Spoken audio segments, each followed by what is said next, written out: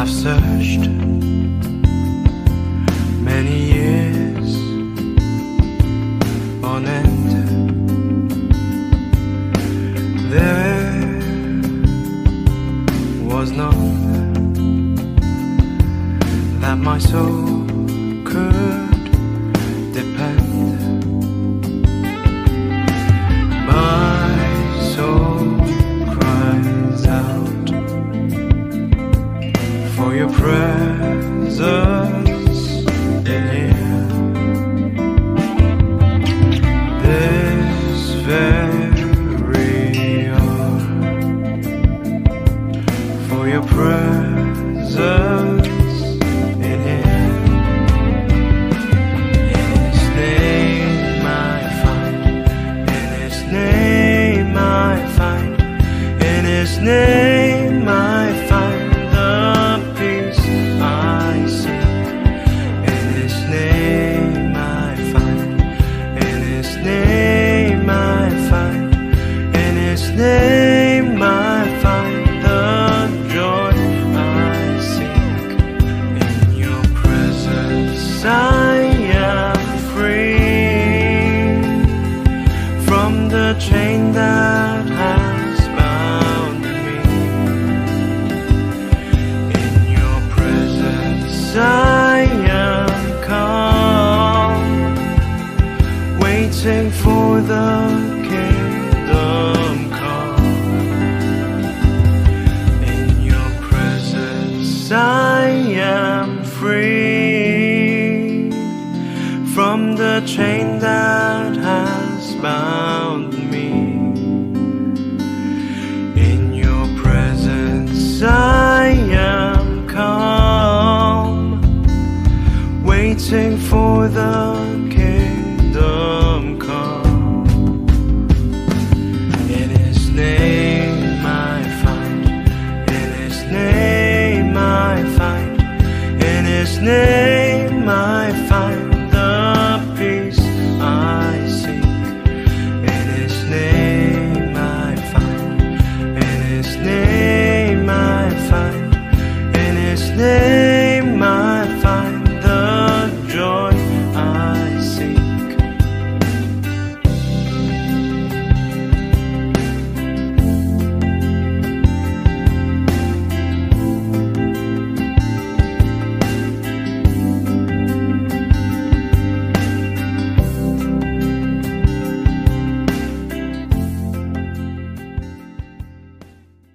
Sa mga kapatid namin na papunta pa lamang sa lugar na ito, dalangin namin, O Diyos, ang iyong pag-iingat sa kanila, ang iyong pagsama sa kanila, Panginoon. Pagpalain po ninyo ang bawat isa, mula sa pinakamaliit na bata, Panginoon, hanggang, Panginoon, sa mga magulang na nandito. Ang biyaya, Panginoon, na nagmumula sa iyo ay maranasan. Ang iyong mga salita na magbabago ng buhay namin, Panginoon. O, purihin ka at dakilain. Luwalhatiin ka, O Diyos, sa umagang ito. Anumang ang plinano, anuman ang binabalak ng kaaway, ay aming sinisira at pinawawalang bisa sa pangalan ni Jesus. Tinatalian namin anuman ang plinano ng kaaway in the name of Jesus. At ang pangalan ng aming Panginoong Jesus lamang ang maitaas sa lugar na ito. Purihin ka, dakilain ka. Ito ang aming dalangin sa pangalan ni Jesus. Lahat po ay magsabi ng Amen. Palakpakan natin ang Panginoon.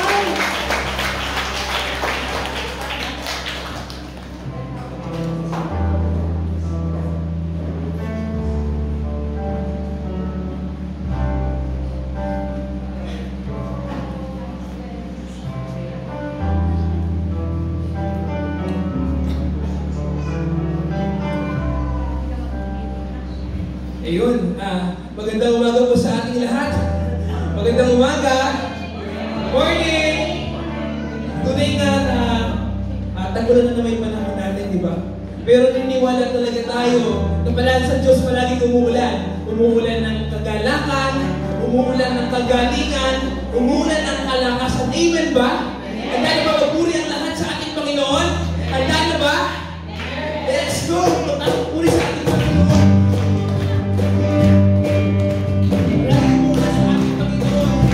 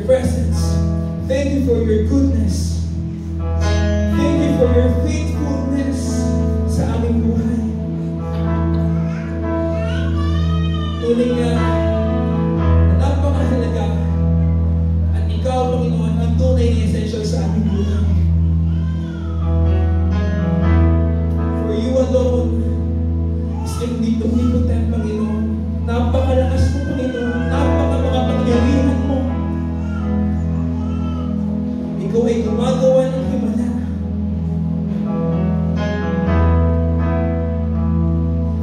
Lahat ng walungkot, Panginoon, napapasaya mo.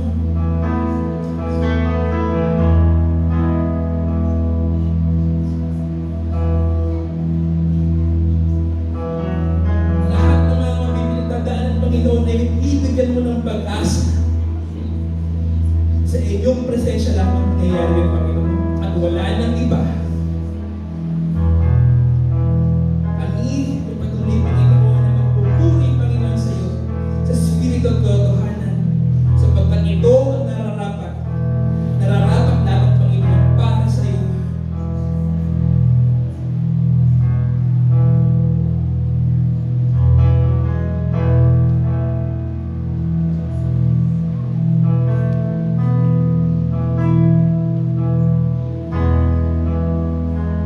Congregation, take this time, take this moment to bring our hearts in worship.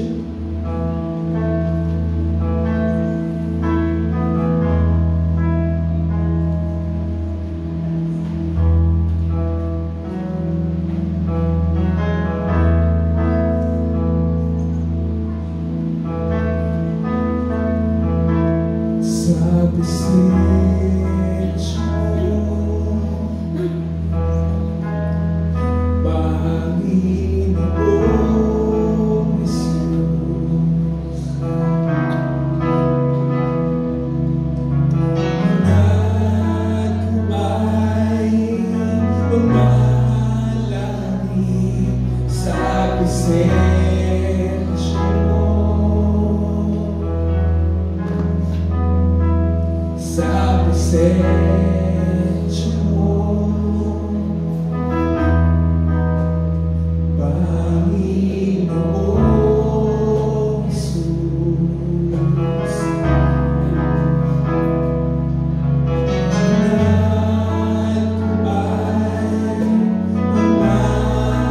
nagkuhay lumalangit sa presensya mo.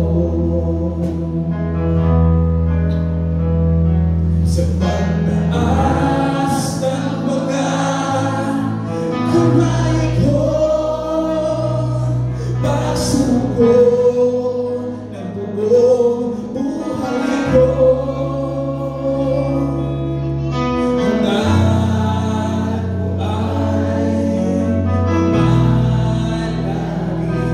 ako ay mamalangit sa presensya mo.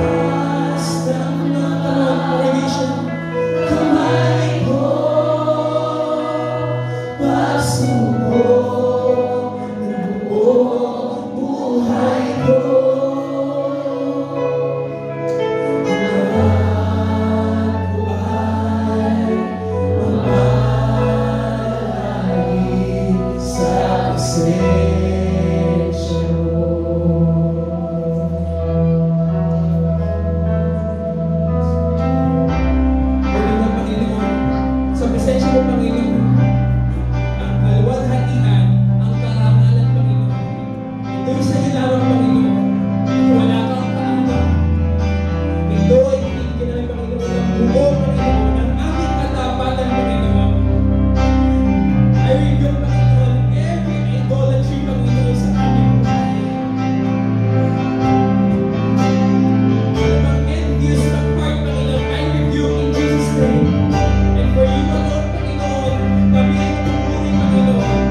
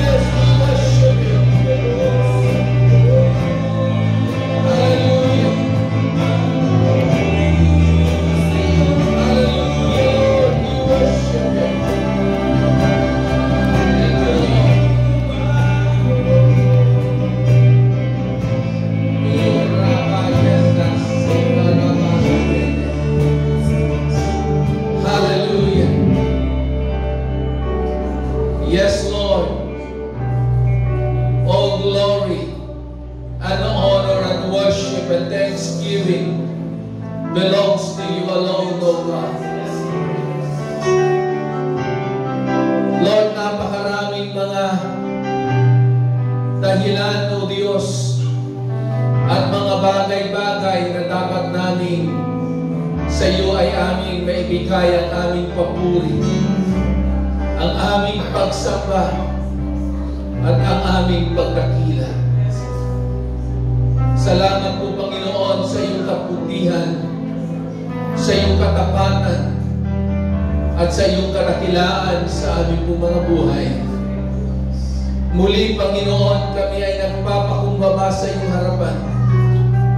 Tunay nga po, Panginoon, marami kaming kahinaan, marami kaming kapagpakan sa aming po mga buhay. Pero salamat po, Diyos. Ikaw ang Diyos na mahabagin, at Ikaw ang Diyos na mapagmahal. Kaya sa oras na ito po, Panginoon, muli, humihingi kami ng kapatawaran sa aming mga kasalanan na nagawa. Salamat, Panginoon, sa dugo na Jesus na nabuhos sa krus ng Kalbaryo. At higit sa lahat, Panginoon, salamat sa kalayaan na meron kami, na Ikaw ay aming napupuri na sasamba ng punong-puno ng kalayaan sa lugar na ito. Hayaan mo po, Panginoon, na sa umagang ito muli marinig namin ang iyong tinig. Matanggap namin ang mga salita mo po, Panginoon, na muling magpapalakas sa aming pong pananampalataya at patuloy na magtuturo sa amin kung ano yung mga dapat namin gawin, Panginoon, habang kami ay nagpapatuloy sa aming pong buhay bilang isang mga mananampalataya. Kaya, O Diyos, sa oras na ito, aming inaanyayahan ang pagkilos at paggalaw ng iyong banal na Espiritu sa aming pong kalagitnaan. Pagpalain mo ang bawat isa, palakasin mo ang bawat isa, at wala pong ibang maitaas sa aming pong kalagitnaan, kundi Ikaw lamang aming Panginoong Jesucristo. Kaya sa oras na ito po, Panginoon, sa iyo namin ipinagkakatiwala ang lahat-lahat. Ito po ang aming dalangin sa pangalan ng iyong anak na si Jesus. Ang lahat mo'y magsabi ng Amen and Amen. Hallelujah. Praise yung mga kids po natin ay pwede na pong pumunta sa ating po na kids room. Praise God. Muli, palakpakan po natin ang ating po Panginoon. Praise God. Sabi mo sa iyong katabi, kapatid, ako'y masaya. Katabi kita ngayon. Amen? So, isa pong kagalakan na ibalita po sa inyo kung paano po ang ginawa ng ating pong Panginoon sa mga nakalipas na mga araw sa ating pong nagdaan na ilang araw na Vacation Bible School para sa mga kids po natin. Maraming salamat sa mga teachers na naglaan ng oras, ng panahon, sa mga volunteers natin, sa mga tumulong, sa lahat ng kumilos, sa lahat ng mga nag-ambak ng kanilang mga resources para maging matagumpay ang ating pong Vacation Bible School. Na tunay nga, kitang-kita po natin ang kilos at galaw ng ating pong Panginoon at yung ginawa ng Diyos sa buhay ng mga bata ay ito ay mananatili sa kanilang buhay. Naniniwala ba kayo na mayroong ginawa ang Diyos sa buhay ng mga bata? At tunay nga na pwede natin sabihin na napaka-successful yung nakalipas na Vacation Bible School. At hindi lamang po yun, hindi lamang sila pinagpala ng Diyos sa salita ng ating pong Panginoon at sa mga kwento na ayon sa banal na kasulatan, at higit sa lahat, yung mga blessing na tinanggap ng mga bata. Araw-araw, hindi sila ginutom ng ating pong Panginoon. Talampakan natin ang ating pong Diyos na buhay. higit sa lahat na kahapon, kitang-kita ko po yung saya ng mga bata kahapon. No? Yung katuwaan nila, yung grabing pasasalamat nila, at ganoon din po yung mga magulang na nakipag-participate kahapon. No? Nakita nila, sinamahan nila yung kanilang mga anak, lalo-lalo na yung mga tumanggap ng mga certificate. Merong tinatawag na participation, completion, at yung iba nagkaroon pa ng awards. Amen? Mga outstanding na mga estudyante.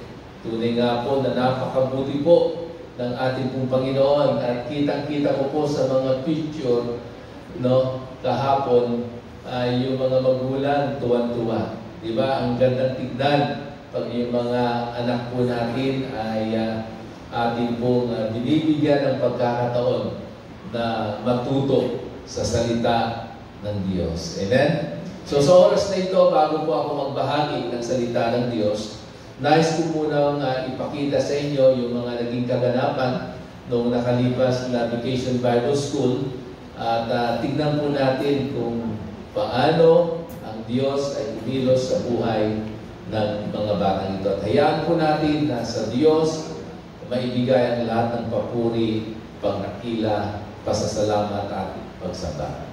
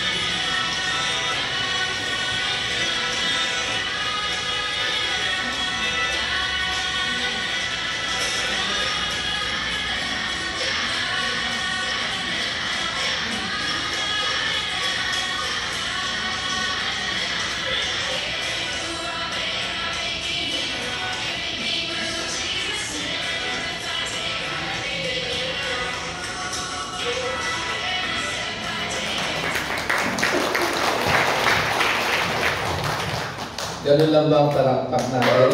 Praise God. Hallelujah. Napakabuti po ng ating pong Panginoon. Ano? Ilang araw yun?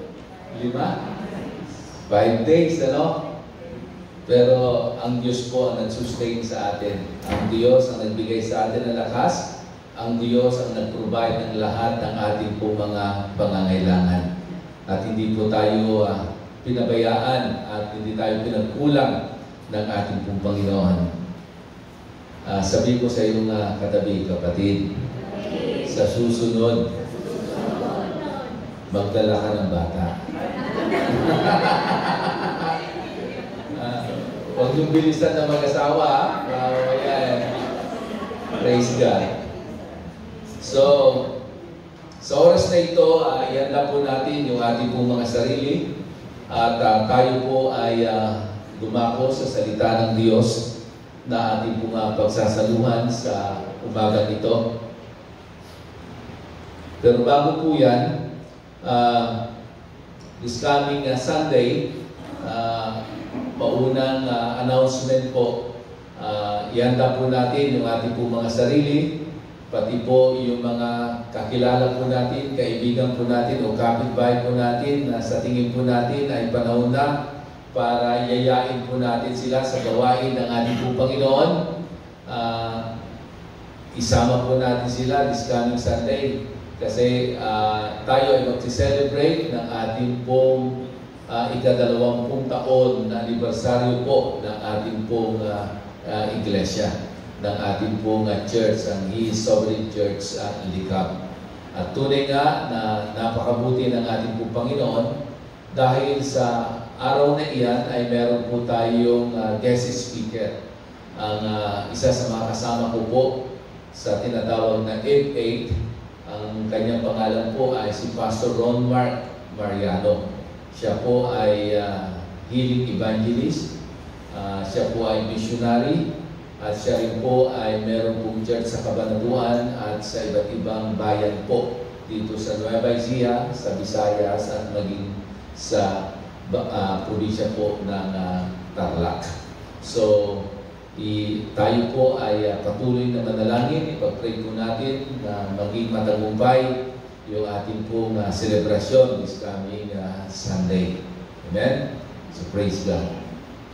So, sa oras na ito, buksan po natin ang ating pong mga banal na kasulatan sa aklat ng Joshua chapter 1, beginning verse 1 up to verse 9.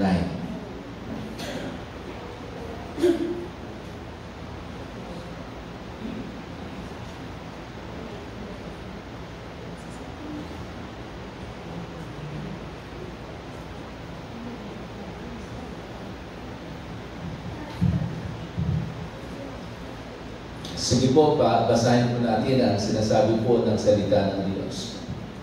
Joshua chapter 1 verse 1 to 9. After the death of Moses, the Lord's servant, the Lord spoke to Joshua, son of Nun, who have served Moses. Moses, my servant, is dead. Now you and all the people prepare to cross over the Jordan to the land I am giving the Israelites. I have given you every place where the sole of your foot treads, just as I promised Moses. Your territory will be from the wilderness and Lebanon to the great Euphrates River, all the land of the Hittites, and the west to the Mediterranean Sea. No one be able to stand against you as long as you live. I will be with you, just I was with Moses. I will not leave you or forsake you. Diyan muna po tayo, ano? Pero basahin ko po sa wikang Tagalog, sabi gano'n, pagkamatay ni Moses na lingkod ni Yahweh, sinabi ni Yahweh kay Josue na anak ni Nun at lingkod ni Moses, patay na ang lingkod kong si Moses, ngayon humanda ka at ang buong Israel, at tumawid kayo sa ilog Jordan patungo sa lupaing ibinigay ko sa kanila. Gaya ng aking sinabi kay Moses, Ibinigay ko na sa inyo ang lahat ng lupain inyong mararating. Ito ang magiging hangganan ninyo. Sa hilaga ay ang kabundukan ng Libanon. Sa timog ay ang disyerto, sa silangan ang malaking ilog, Euphrates, at sa kanluran mula sa lupain ng mga Hiteo hanggang sa dagat ng Mediterranean.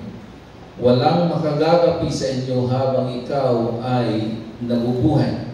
Sasamahan kita gaya ng patnubay ko kay Moses. Hindi kita iiwan ni hindi pababayaan man.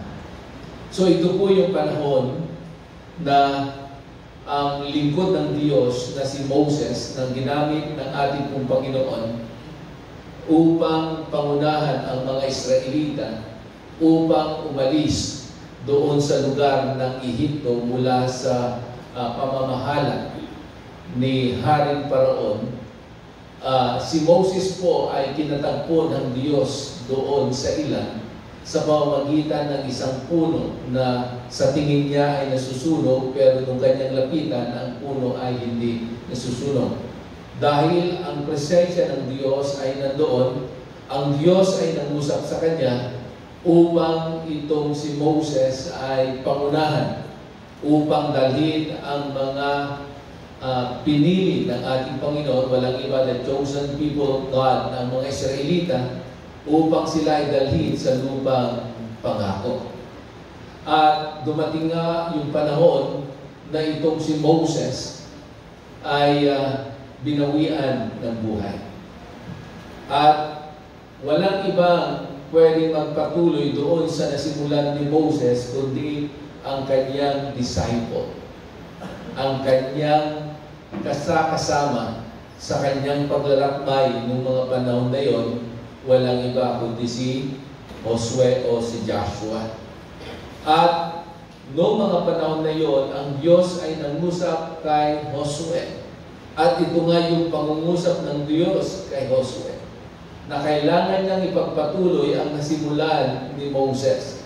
At dahil sila po ay malapit na, ilang hakbang na lamang, sila ay papasok na doon sa lupang ipinangako ng ating Panginoon. Gaya po ng mga nasabi ko po sa inyo noon, sa mga nauna nating pag-aaral, si Moses na pinangunahan itong mga Israelita for 14 years sa kanilang paglalakbay sa ilang patungo sa lupang ipinangako ng ating pong Panginoon, hindi nakarating, ni hindi man lamang niya naiyapak ang kanyang paa doon sa lupang ipinangako ng ating pong Panginoon. Bagkus ito ay kanya natanaw. Okay? Natanaw niya pero hindi siya nakapasok. Dahil siya po ay binawian na ng buhay. At ito na po nga yung pagkakataon na kailangang pangunahan ni Josue itong mga Israelita ito. At alam ni Josue na hindi madali yung responsibilidad na inatang sa kanya. Hindi madali yung ipinapagawa ng Diyos sa kanya. Dahil alam ni Josue at kilala ni Josue kung anong klaseng tao ang kanyang pangungunahan. Ano bang klaseng tao ang mga pangungunahan ni Josue? Mga taong reklamador, mga taong matitigas ang ulo, mga taong makasarili, walang alam kundi yung kung ano ang mabuti sa kanila, kung ano ang gusto nila. Hindi na nila tinitingnan kung ano ang kalooban ng Diyos sa kanilang buhay. Ibinabaliwala na nila kung ano ang mga pangako ng ating pong Panginoon. Ganito ang mga tao na pangungunahan ni Josue. Kaya nga si Josue ay merong pag-alinlangan. Si Josue ay merong takot na namutawi sa kanyang puso. Dahil kung ikukumpara ni Josue ang kanyang sarili, kay Moses, higit na mas malayo ang kakayanan ni Moses. Bakit? Una, dahil si Moses, ayon sa pag-aaral at sa mga nakita po natin sa 40 years na pangunguna niya sa mga Israelita, si Moses ay isang strong leader. At si Moses Kumbaga sa experience, mas maraming karanasan itong si Moses kaysa itong si Josue. Si Moses, bago siya kinatagpo ng ating pong Panginoon, bata pa lamang siya, ang kanyang buhay ay nalagay na sa bingit ng kamatayan. Ano ang ginawa ng kanyang kapatid? Siya ay inilagay sa isang basket, pinaanod sa ilog, hanggang ito'y mapulot ng anak ng Paraon, at siya po ay inampon at siya ay dinala sa Ehipto at siya ay lumaki doon sa Ehipto. Nung una, akala niya siya ay isang Ehiptyo, no? Pero pagtagal-tagal, yung pagiging dugong Hudyo niya ay unti-unting nabubuo sa kanyang pong buhay hanggang dumating na hindi na niya kayang tiisin yung nakikita niyang pagpapahirap ng mga Ehipsyo sa mga Hudyo. Kaya dumating yung time nung merong isang inaapi na isang Hudyo ng isang Ehipsyo, ipinagtanggol niya yung Hudyo at napatay niya yung isang Ehipsyo. At dahil sa bagay na yun, sa sobrang takot ni Moses, siya po ay tumakas mula sa lugar ng Ehipto at napunta siya sa ilang. And then, yun po yung history hanggang siya ay kinatagpo ng ating pong Panginoon. So, grabing experience meron itong si Moses. Kaya nga kung ikukumpara ni Josue, yung experience, yung karanasan na meron siya, katiting lamang yung meron siya kung ikukumpara yung experience na meron itong si Moses. At sino si Moses? Si Moses ay ginamit din ng Panginoon na sa pamamagitan niya ay nahati ang dagat ng pula. At si Moses din ay ginamit ng ating pong Panginoon nung siya ay umakyat sa bundok ng Sinai. Doon ay kinatagpo siya ng Diyos at ibinigay ng Diyos sa kanya ang 10 utos na naisulat sa 2 tipak na bato. So yun si Moses. At hindi lamang po yun.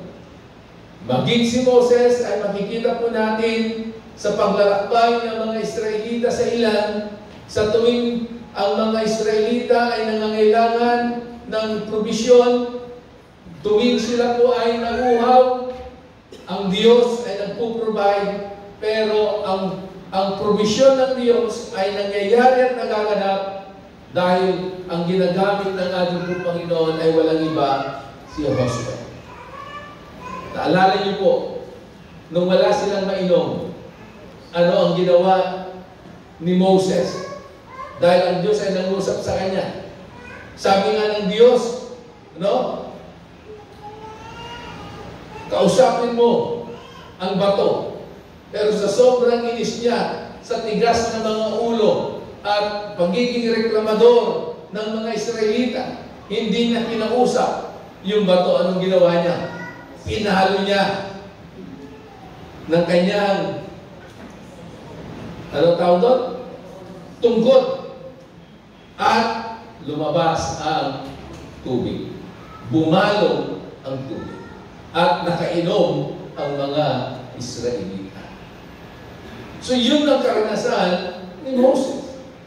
Pero noong panahon na kinatagpo ng Diyos itong si Josue, at sabi ng Diyos, ipagpatuloy mo yung nasimulan ni Moses. Dahil si Moses ay patay na. Now it's the time for you and for the Israelites to move on. Now it's the time to move on.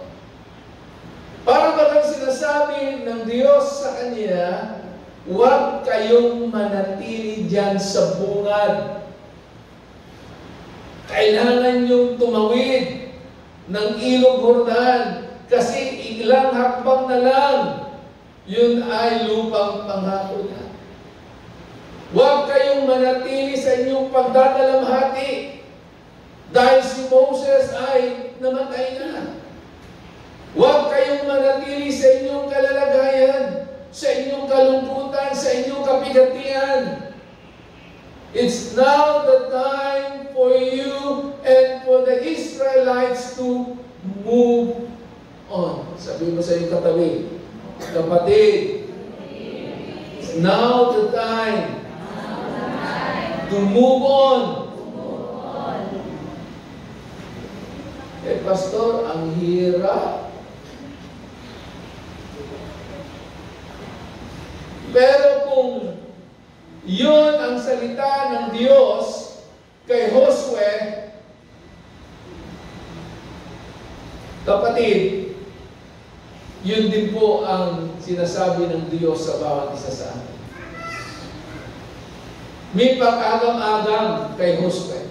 May takot kay Josue. Parang tayo rin. Kaya tayo nahihirapan at hindi makapag-desisyon to move on dahil merong pag-agam-agam. Merong pag-aalinlangan. Merong pagkatakot. Amen? Pero ang napakaganda, bagamat merong pag-aalinlangan kay Josue, merong pag-agam-agam kay Josue, meron namang binitiwang pangako ang Diyos sa kanya. Amen? At ang pangako ng Diyos kay Josue ay yun din ang pangako ng Diyos sa bawat isa po sa atin. Dahil ang pangako ng Diyos ay hindi lamang para sa ilan, kundi ang pangako ng Diyos ay para sa lahat, lalo-lalo na sa lahat ng anak ng Diyos. Amen? Sabi mo sa katabi, kapatid, dahil ikaw ay anak ng Diyos, merong pangako ang Diyos sa iyo. At ang pangako ng Diyos na ito, ang napakaganda sa pangako ng Diyos na ito, ito ay mangyayari. Ito ay magaganap. Dahil ang Diyos na nangako sa atin ay hindi sinungaling. Ang Diyos na nangako sa atin, pag sinabi niya, ito ay gagawin niya. Ito ay mangyayari. Dahil ang Diyos natin, siya ang Diyos na hindi nagsisinungaling. Amen. So, meron pong 4 na bagay na kailangan nating maunawaan dito sa talatang ito upang sa gayon, hindi tayo maapektuhan kahit ano pa yung nangyayari sa ating kapaligiran at kung ano yung nakikita natin, naririnig natin, nararamdaman natin, dahil ito rin po yung gustong ipaunawa ng Diyos kay Josue. Kaya nga, dumating yung time nung tumalima si Josue, na-conquer nila yung promised land, at sila ay nanirahan doon sa lupang ipinangako ng ating pong Panginoon. Unang bagay that we need to understand dito po sa talatang ito. We need to understand God's plan does not depend on other people. Ulitin ko. Kailangan nating maunawaan na ang plano ng Diyos ay hindi nakadepende sa ibang tao. Sabi mo sa iyong katabi, kapatid, ang plano ng Diyos sa buhay mo ay hindi nakadepende sa akin. Okay? So, ano man ang plano ng Diyos sa bawat isa sa atin, hindi pwedeng pigilan ng sino mang tao. Hindi tayo pwedeng diktahan ng sino mang tao. Magulang mo ba yan? Kapatid mo ba yan? Kaibigan mo ba yan? Walang sino mang pwedeng magdikta sa ating mga buhay pag merong plano ang Diyos sa bawat isa po sa atin. Dahil alam natin na ang plano ng Diyos ay higit na mas mainam kesa sa plano ng tao sa iyo, kesa sa plano mo. Amen? Okay? So we need to understand that God's plan does not depend on other people. Verse 1 and 2. Anong sabi po dyan? Balikan po natin. Sabi niya nun, pagkamatay ni Moses na lingkod ni Yahweh, sinabi ni Yahweh kay Josue na anak ni Nun at lingkod ni Moses, patay na ang lingkod kong si Moses, ngayon humanda ka at ang buong Israel at tumawid kayo sa ilog Jordan patungo sa lupang ibinigay ko sa kanila. Ibig sabihin, ang pagpapatuloy nyo, sabi ng Diyos, kung ating pong bibigyan ng pagpapaliwanag, ang pagpapatuloy nyo, ang katagumpayan nyo, ang pag-enter nyo doon sa promised land ay hindi nakadepende kay Moses. Ang pag-abot nyo ng mga pangako ng Diyos sa inyong mga buhay ay hindi nakadepende kay Moses. Ang sinasabi ng Diyos kay Josue, tingnan mo, patay na si Moses. Wala na si Moses. Oo nga naman. Kung nakadepende itong sila Josue at ang mga Israelita kay Moses, sigurado, hindi na sila magpapatuloy. Sasabihin nila, halika kayo, bumalik na tayo sa Ehipto. Patay na yung namuna sa atin. Ganon din po sa bawat samahan, sa bawat association, sa bawat ministry, sa bawat church. Kahit na kunin na ng Diyos yung nanguna sa anumang simbahan o anumang ministry, magpapatuloy. Amen? Dahil ang Diyos ay pipili at magtatayo, maghihirang at maghihirang ng taong gagamitin niya para ang kanyang gawain ay magpatuloy. Amen? So, hindi nakadepende. Dahil ang Diyos ay merong dakilang plano sa buhay ni Josue. At kailangan hindi sila nakadepende kay Moses. Alam niyo po, ang mga anak na pag sila ay nasa tamang mga edad na at hindi na masyadong nakadepende sa kanilang mga magulang, yan po yung mas nakikita nila yung talagang plan ng Diyos sa kanilang buhay. Pero pag yung anak, masyadong dumidepende sa kanyang mga magulang kahit matandahan na siya. Yung iba nga, may asawa na nga, nakadepende pa rin.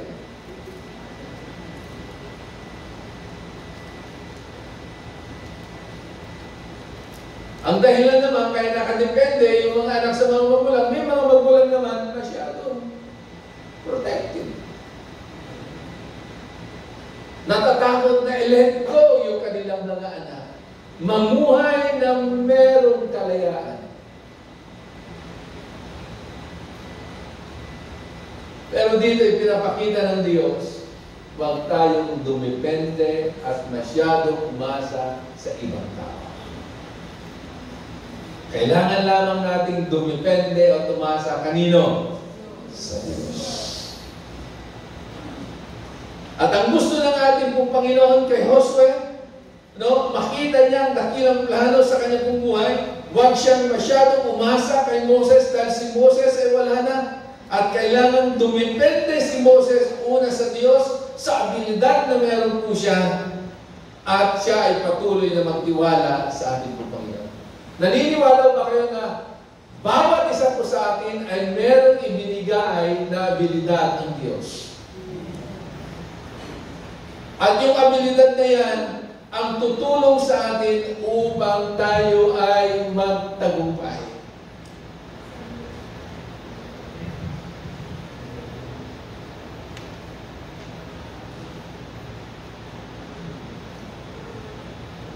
Pangalawa,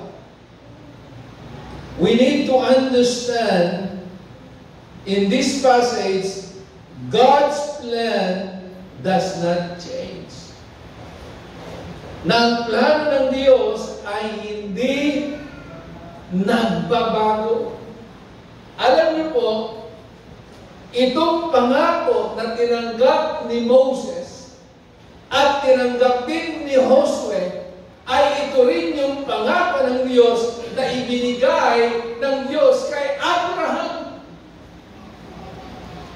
At itong pangako ng Diyos na ito ay ibinigay din, palipat-lipat lamang from one generation to another generation to another generation.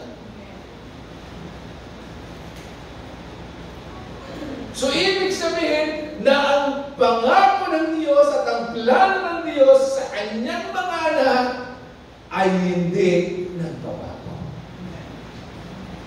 Verse 3 and 4. Anong sabi po niyan?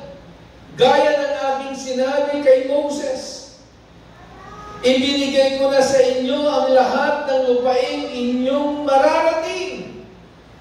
Ito ang magiging hangganan ninyo. Sa hilaga ay ang kabundukan ng Libanon, sa timog ay ang disyerto, sa silangan ang malaking ilog ng Euphrates, at sa kanluran mula sa lupain ng mga Hiteo hanggang sa dagat ng Mediterraneo.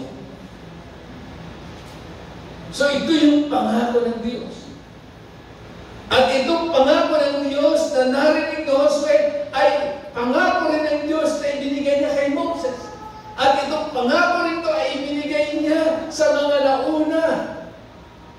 Kay Isaac, kay Jacob, at kay Abraham.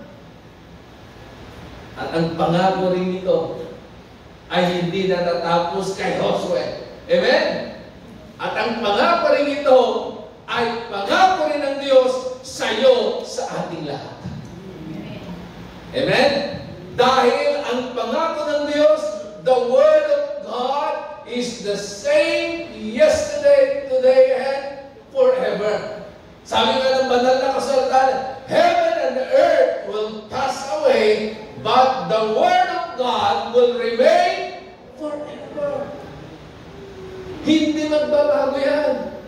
Magbago na ang panahon, magbago na ang iba't ibang mga leader ng mga bansa. Magbago na yung mga tao, pero ang salita ng Diyos, hindi magbabago, mananatili po yan.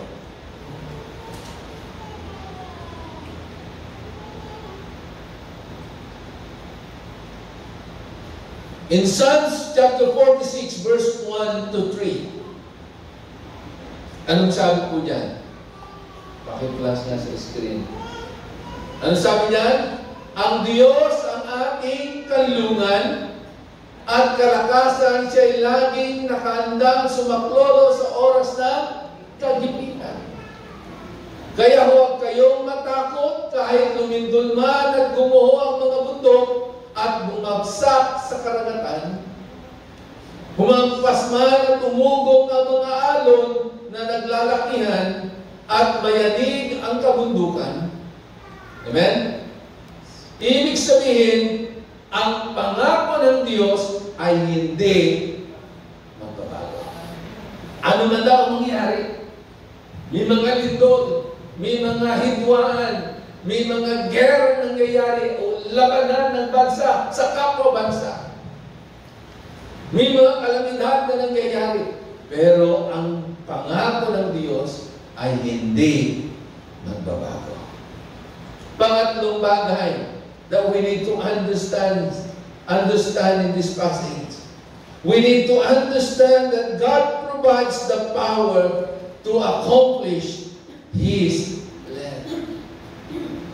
Ibig sabihin, hindi mo mapagtatagumpayan, hindi mo ma-accomplish ang mga plano ng Diyos sa iyong buhay na nag-iisa. Na magiging trying hard ka. Na puro effort at lakas, talino ang gagawin mo. kundi God has the power and the ability to give you strength, to give you wisdom, to give you His grace para maganap ang anumang plano ng Diyos sa iyong buhay. Kasi napatunayan na natin ilang beses na tayo ay hindi nagtagumpay dahil nanangan tayo sa ating sariling lakas, karunungan, at kaalaman. So, God will provide the power to accomplish His plans. Verse chapter 5, at verse 5 and 6. Ano sabi po dyan? Walang makakatalo sa inyo habang ikaw ay nabubuhay. Sasamahan kita gaya ng pagsama ko kay Moses. Hindi kita iiwan, di pababayaan. Magpakatatag ka at magpakatapang dahil ikaw ang namumuno sa mga taong ito para ang kinin ng lupain pinangako ko sa kanilang mga ninuno. Ang Diyos ang magbibigay sa atin ng lakas. Ang Diyos ang magbibigay sa atin ng tapang. Ang Diyos ang magbibigay sa atin ng kakayanan para pagtagumpayan ang lahat ng bagay. Siya ang magbibigay din sa atin ng karunungan, ng lakas. Dahil ayaw ng ating pong Panginoon na tayo ay masyadong mag-rely sa ating mga sarili. Ganon din po kay Josue. God did not intended to Joshua to rely in himself. No, ayaw ng Diyos. Kasi pag masyado tayo nagre-rely sa ating mga sarili, parang sinasabi natin, hindi mo kailangan ng Diyos. Hindi natin kailangan ng ating pong Panginoon.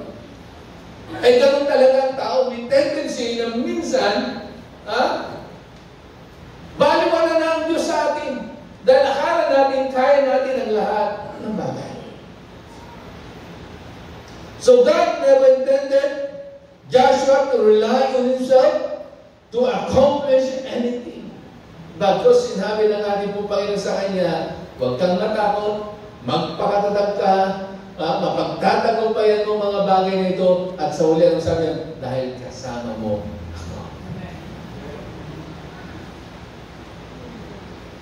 God was going to conquer the enemy. God is going to fight the battle. Yun ang gusto ng ating pong Panginoon. Dahil ang Diyos ang magbibigay sa kanila ng katagumpayan, ang Diyos ang makikipaglaban sa battle na meron po sila. Ang Diyos ang magbibigay sa kanila ng lakas upang maharap nila, mapagtagumpayan nila ang anumang pagsubok sa kanilang mga buhay. Dahil ang Diyos ang kasama nila. Sa ating mga buhay, mas madaling harapin ang anumang bagay pagkasama natin ang ating Panginoon. Amen? Minsan nga, akala natin mas marami tayong kasama, mas marami tayong kaibigan, mas marami tayong grupong sinasalihan. Akala natin mas madali ang laban, pero minsan mas magulo. Lalo humihirap. Ano? Pero pag ang Diyos ang kasama natin, pag ang Diyos ang naging katuwang natin, hindi lamang nagiging madali, kundi nagiging mananagumpay tayo.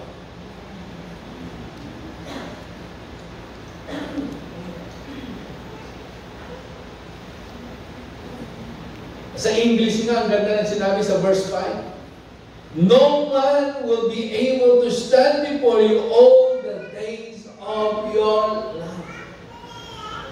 Ulitin ko, sabi ng Diyos kay Josue, no man will be able to stand against you all the days of your life. Ganun din po sa atin. Kung alam natin na ang Diyos ang kasama natin sa ating buhay, sa ating pakikipagbaka, sa ating mga hinaharap, sa problema na meron po tayo, kahit ano pang sabihin ng maraming tao, meron pong mga tao umaaway sa atin, huwag kang matatakot. Dahil hindi sila nagtatagumpay. Hindi hayaan ng Diyos na ikaw ay maging biktima.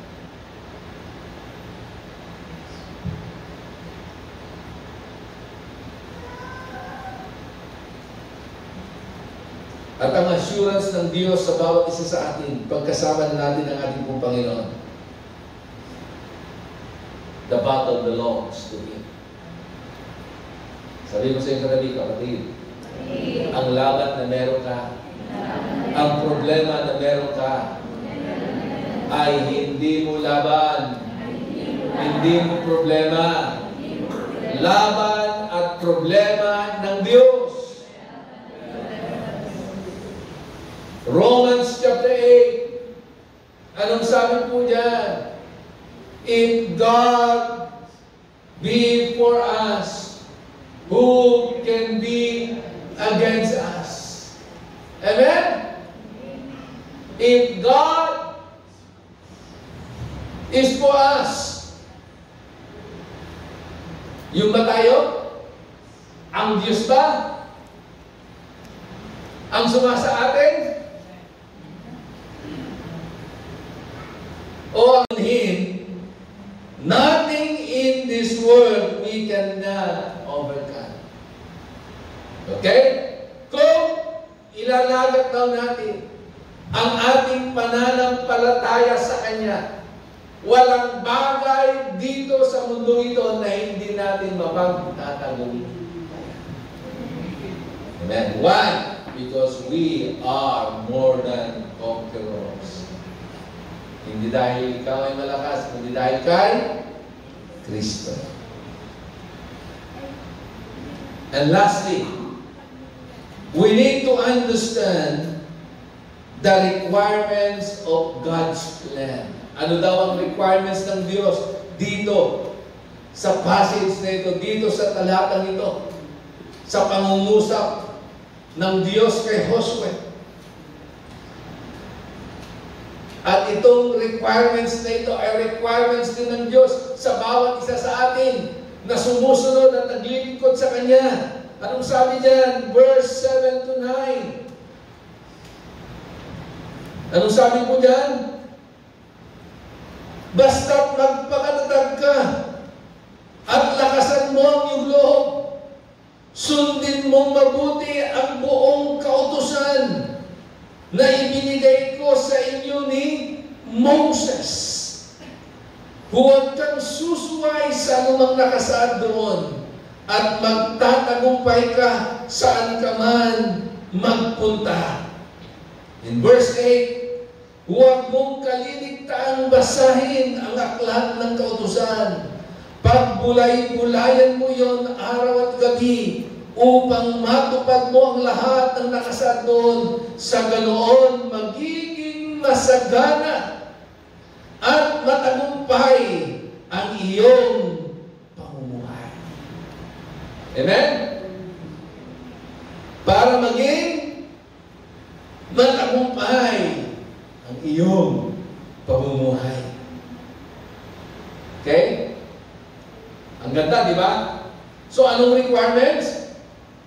Be strong and courageous. No?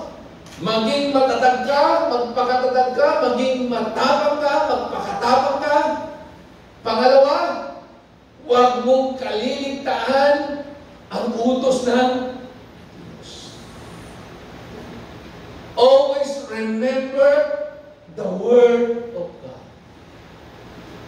Alam niyo kapatid, bilang mga mananampalataya, bilang mga Kristiyano, ang sandata natin, araw-araw, sa lahat ng atake ng kaaway, ay ang salita ng Diyos. Kaya nakakatuwa sa mga bata na nakita nyo kanina, di ba? tinuruan silang hindi lamang magbasa ng salita ng Diyos, kundi mag-memorize ng salita ng Diyos. Kasi every problem ay merong kaakibat na pangako ang Diyos. Bawat atake ng kaaway ay meron kang sandatang gagamitin, walang iba kundi ang pangako ng Diyos, ang salita ng Diyos. Paano kung wala kang na-memorize na salita ng Diyos? Wala kang alam na salita ng ating Panginoon? Okay? Paano kung meron ka ng kinakaharap, sasabihin mo, ay, sandali lang, tatawagin ko si pastor. Okay? Kaya nga napakahalaga na bigyan natin ng pansin ang salita ng Diyos. Sabi nga ng banal na kasulatan, di ba, maging si Haring David, kaya naging matagumpay siya.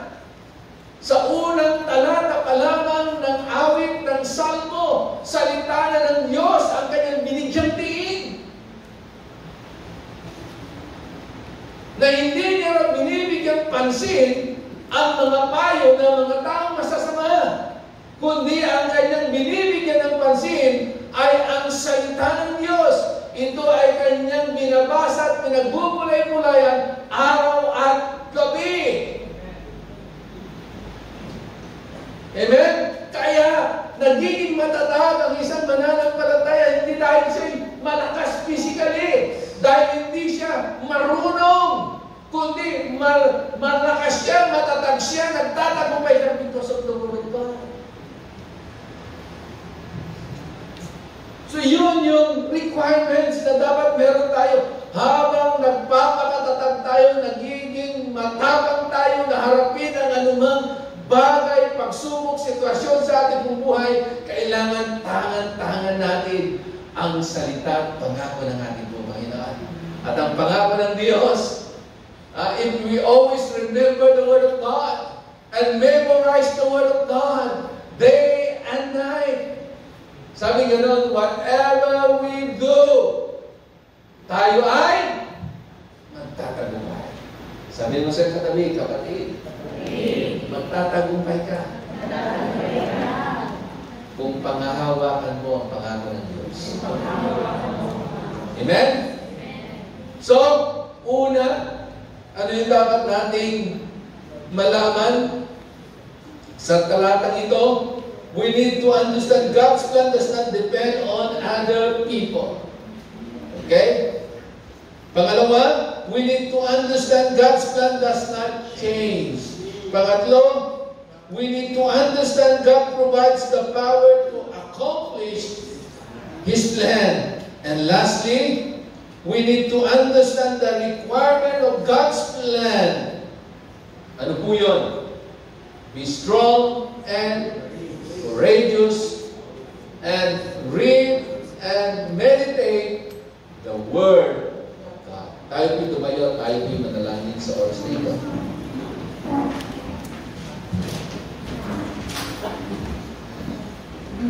Itaas po natin ang ating kamay sa ating pong Panginoon sa oras na ito. Hallelujah. Aming Diyos na makapangyarihan sa lahat, kami, O Diyos, ay lumalapit sa iyo, nagpapakumbaba. Panginoon, maraming salamat dahil sa mga salita mo na aming napakinggan at tinanggap. At muli, Panginoon, inyo pong ipinaunawa po sa amin na kailangan namin magpatuloy. Salamat po, Panginoon, na hindi mo hinayaan na kami ay manatili sa isang kalalagayan na unproductive.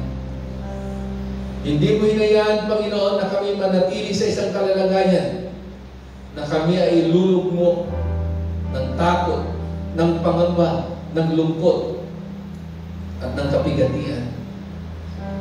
Bagkus, O Diyos, salamat at muli mong ipinaalala sa amin na ang mga pangako mo sa iyong mga lingkod noong una ay hindi nagbabago.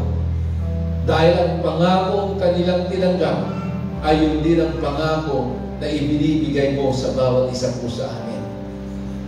Salamat po, Ama, dahil Ikaw ang patuloy na magbibigay sa amin ng lakas ng biyaya at maging ng kapangyarihan upang ang mga pangako mo sa aming pong mga buhay ay mangyari at maganap.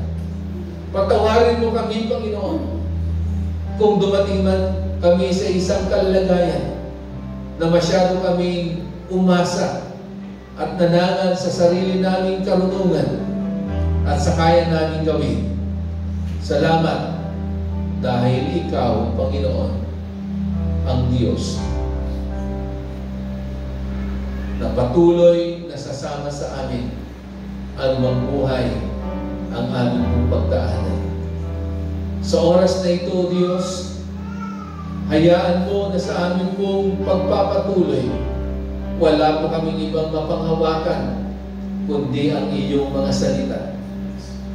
Huwag namin kakaligtaan, Panginoon, ang salita mo. Dahil ang salita mo, Diyos, ay mananatili magpakailan-kailan pa man. Magbago na ang lahat, mawala na ang lahat, pero ang salita mo ay mananatili magpakailan-kailan pa man.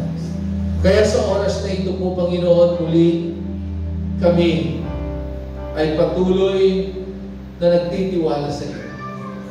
Hayaan mo, Ama, na sa patuloy namin magtitiwala sa iyo at patuloy na paglalagak ng aming pong mga buhay, higit sa lahat ng aming pong mga puso sa mga salita mo at pangako.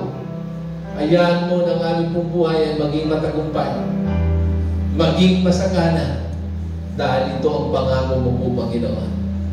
Ama, narito ang iyong mga anak. Alam mo ang kanilang kalagayan. Kaya sa oras na ito po, Panginoon, hayaan mo na iuunat mo ang iyong pong mapaghimalang mga kamay at mapagkalingang mga kamay. At iparanas mo sa bawat isa, Panginoon, ang iyong yakap, ang iyong proteksyon, ang iyong gabay, ang iyong pagmamahal, at higit sa lahat, Panginoon, ang iyong kapangyarihan. Ama, sa oras na ito, ang sino mang merong sakit at karamdaman, buksan mo ang durungawan ng langit at ibuhos mo po, Panginoon, ang iyong kapangyarihan sa bawat isang ulang-ulog ang talagpakan, na anumang parte ng kanilang katawan, Panginoon, na merong sakit at karamdaman, in the name of Jesus, Lord, we speak healing, O God, upon their physical bodies. Lord, sa oras na ito, patuloy ka namin kinikilala na Ikaw ang aming Jehovah Jireh, the God who is more than enough, the El Shaddai of our life, ang aming provider. Salamat, Panginoon, hindi kami magkukulang sa anumang mga pangangailangan namin, O Diyos. Sa oras na ito, Father God, patuloy na pagpalain mo ang buhay ng bawat isa. Ano man ang kanilang mga plano, ito'y mangyari at maganap sa kanilang mga buhay. Pagpalain mo rin po, Panginoon, ang bawat miyembro ng aming pong pamilya na aming pong nare-representahan at aming pong idinideklara ang kaligtasan ng kanilang kaluluwa. Kaya sa oras na ito po, Panginoon, hayaan mo na ang mga salita mo at mga pangako mo na aming pong tinanggap sa umagang ito ay patuloy po namin may sa pamuhay sa araw-araw. Kaya, Ama, minsan pa sa iyo po namin ibinibigay ang lahat ng papuri, lahat ng pasasalamat at pagsamba at pagdakila sa pangalan lamang ng iyong anak na si Jesus. Ang lahat ay magsabi na Amen and Amen. Palakpakan po natin ang aming Panginoon.